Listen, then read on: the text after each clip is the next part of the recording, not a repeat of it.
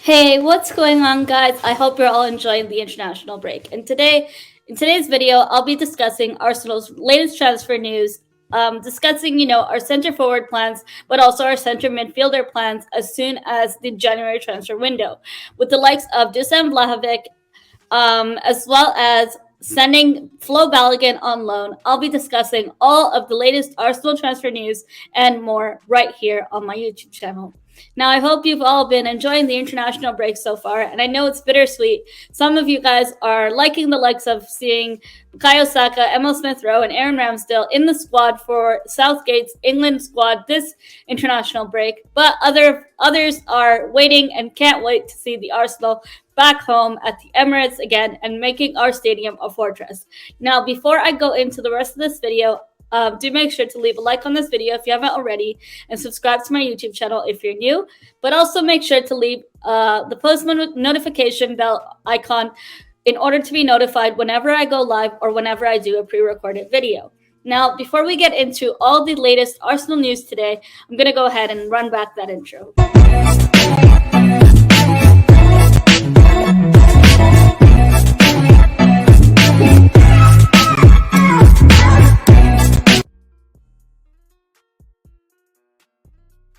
So let's start with Arsenal's potential brand new center forward. We have Aubameyang, Lacazette, Eddie Nketiah, and Flo Balogun. Arsenal's captain Aubameyang is our go-to man in the center forward striker position, but because he's Gabonese, Gabon is also part of the African Cup of Nations, set to run between January 9th and February 6th, 2022, with Aubameyang, Thomas Partey, Mo Elneny, and Nicolas Pepe all set to miss games against Spurs away and Burnley at home. Aubameyang and Partey are a key and integral part of Mikel Arteta's Arsenal, and both set to miss important games. And with them being gone for over a month, I'm not too sure about the quarantine regulations, whether they have to quarantine when they arrive there and when they arrive back. It's unsure yet. But as of now, Arsenal are also interested in signing the likes of a Serbian international, Dusan Vlahovic.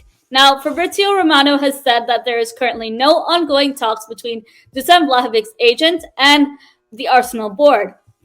Fiorentina wants 70 to 80 million euros to sell Vlahovic in January as his contract expires in 2023.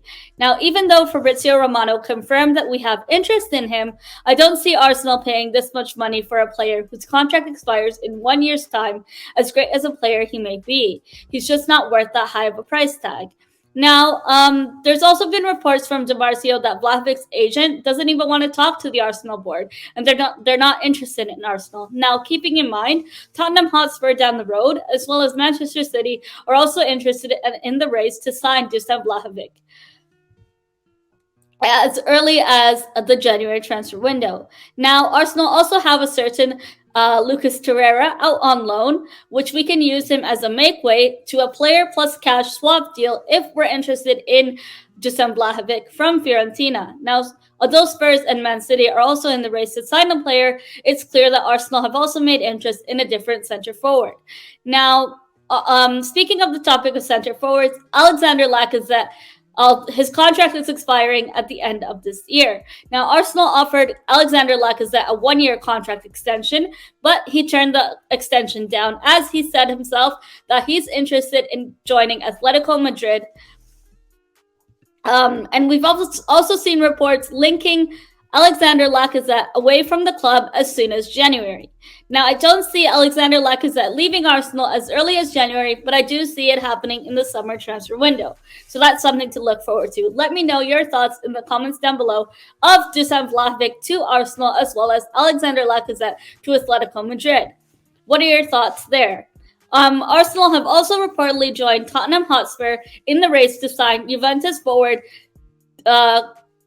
Kulusevski in January. Now, Arsenal have continued to look at the Serie A player for potential transfer and thinking about as early as a January transfer move for the Juve midfielder. Now, considering Vlahovic's agent doesn't even want to talk with Arsenal at the moment, it really feels like that's Vlahovic's agent trying to get a better deal for the player and for himself, and also try to raise the player's price tag. It just feels like a lot of mind games and a smokescreen, similar to how they were saying Lukaku would not leave Inter, and he ended up joining Chelsea at the end of the transfer window. There's a lot of smoke screens that go on and a lot of mind games for agents to get the best deal for the player as well as for themselves, considering agent fees, and also to get more value for the player to increase the player's price, which I feel Vlahovic's agent is doing, using the Arsenal brand to get a lot more value for the player. Although Thomas Partey has a groin injury, we don't really know how serious it is as of now. In terms of AFCON, Partey's going to be missing in our midfield, who's a key player and integral to our midfield. It would be best for Thomas to have enough rest now and time to recover from that injury. In terms of Granit Xhaka is making good progress and is in the initial stages of his recovery from a medial knee ligament injury sustained on September 26th. The current aim is to be back in full training in as early as the new year. Now, Arsenal have set out an edge date of January 22 as a return date for Granit Xhaka back into the centre midfield position. Now, although Granit Xhaka was seen doing light duties in training, it's not 100% certain whether he will be starting or on the bench for the Liverpool game at Anfield as soon as the international break is over. More to come for the rest of the transfer news. Once Partey goes to AFCON, we are also left with Granit Xhaka, Ainsley Maitland-Niles, and Lokonga. Even though they are more than capable in that role, should Arsenal, if we are serious for that top four contending role, should we be after and shopping for a centre midfielder? And I feel, yes, we do need another centre midfielder to make a lot of sustainability and a lot more strength in that midfield position. Although Sambi Lokonga has proved himself in that position, he still feels like raw off the ball at times, and we need a lot more consistency in that midfield. But as we know as last season, Thomas Partey is unfortunately made out of glass and seems very much injury prone the minute he put on the Arsenal kit. He just kept getting back-to-back injuries last season, which really costed us our midfield. Now, could we be after a new centre midfielder in January, or will we give Ainsley Maitland-Niles a brand new chance once again in that role, as he has played recently in the Premier Leagues before the international break, and he has proven fans wrong and has won the likes of fans' favorites yet again. Now, I like the way Mikel Arteta has regained that trust and gave him that position once again to the role that he wanted, and he has been impressive in that role and lived up to it. I like the way Arteta trusted him back into the squad and also gave him another chance to prove himself. That's something I really enjoyed to see, and I do believe that Ainsley Maitland-Niles has proven himself more than enough times in recent games in the Premier League in that centre midfield role that he's always wanted to play. And now let's go on to talk about Arsenal possible loanees. Flo Balogun, he's past playing in the academy football, and a January loan seems like the most viable option for this player. The smartest option going forward to loanees is two youngsters, especially it's to build their confidence, but also to give them minutes under their belt, starting minutes that they can't get in the Premier League, and improve in terms of chances to get back into a first-team squad when he returns off from loan. Now, we did the same thing for William Saliba, who's now at Marseille bossing it. And a loan is great to build his development, get a lot more experience, and get the starting minutes under his belt. I really feel like a loan option for Balogun out in January is the best possible option. Let me know your thoughts down below in the comments section.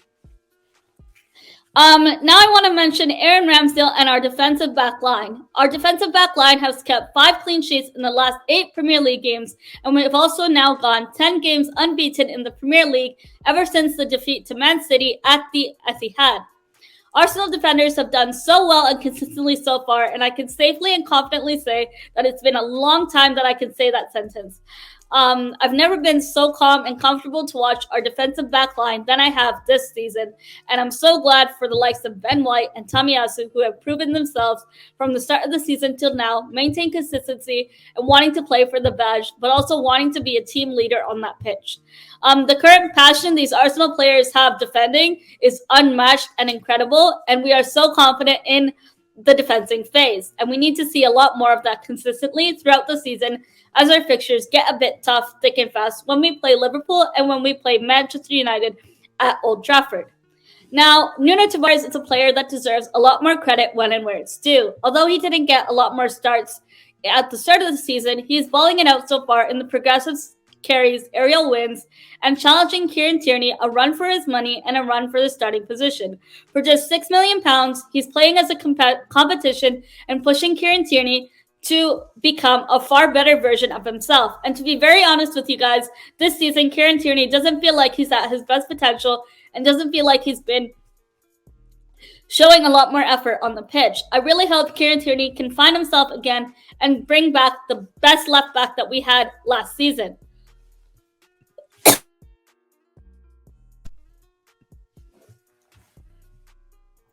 Out of both left backs, who should start for Arsenal? Kieran Tierney or Nuno Tavares? Let me know your thoughts in the comments section down below. Now, I'm really proud of Smith Rowe, Saka, and Ramsdale for being called up for the England squad, although Southgate benched all three of them today, which was awful to see. It makes us Arsenal fans and us Schooners proud across the world. So hats off to them. Ramsdale, you earned your spot, and hopefully, one day you can take Pickford's spot in the number one goalkeeper role for England. And finally, here's a stat for you guys that I'll leave you with. No side has won more points than Arsenal at home in the Premier League this season with 13. That's the joint best record in the Premier League alongside Chelsea, which for Arteta is a massive boost for his confidence as well as in the managerial role. As we severely struggled at home last season, losing to Burnley, losing to Aston Villa, and losing to Leicester. If we can sort out our home form, make the Emirates a fortress again, get the fans backing the players and backing the manager when he gets things right, giving him credit when and where it's due, but criticizing areas where he can improve in games that don't go our way or games where the manager gets tactics wrong, like playing players out of their position, we can only improve from then and there, and we can have a massive boost competing for the top four charge. Now, that's all for Arsenal news today. I hope you all enjoyed this video, and let me know your thoughts below on a center forward and also a center midfielder you want to see coming into the Arsenal squad as soon as the January transfer window.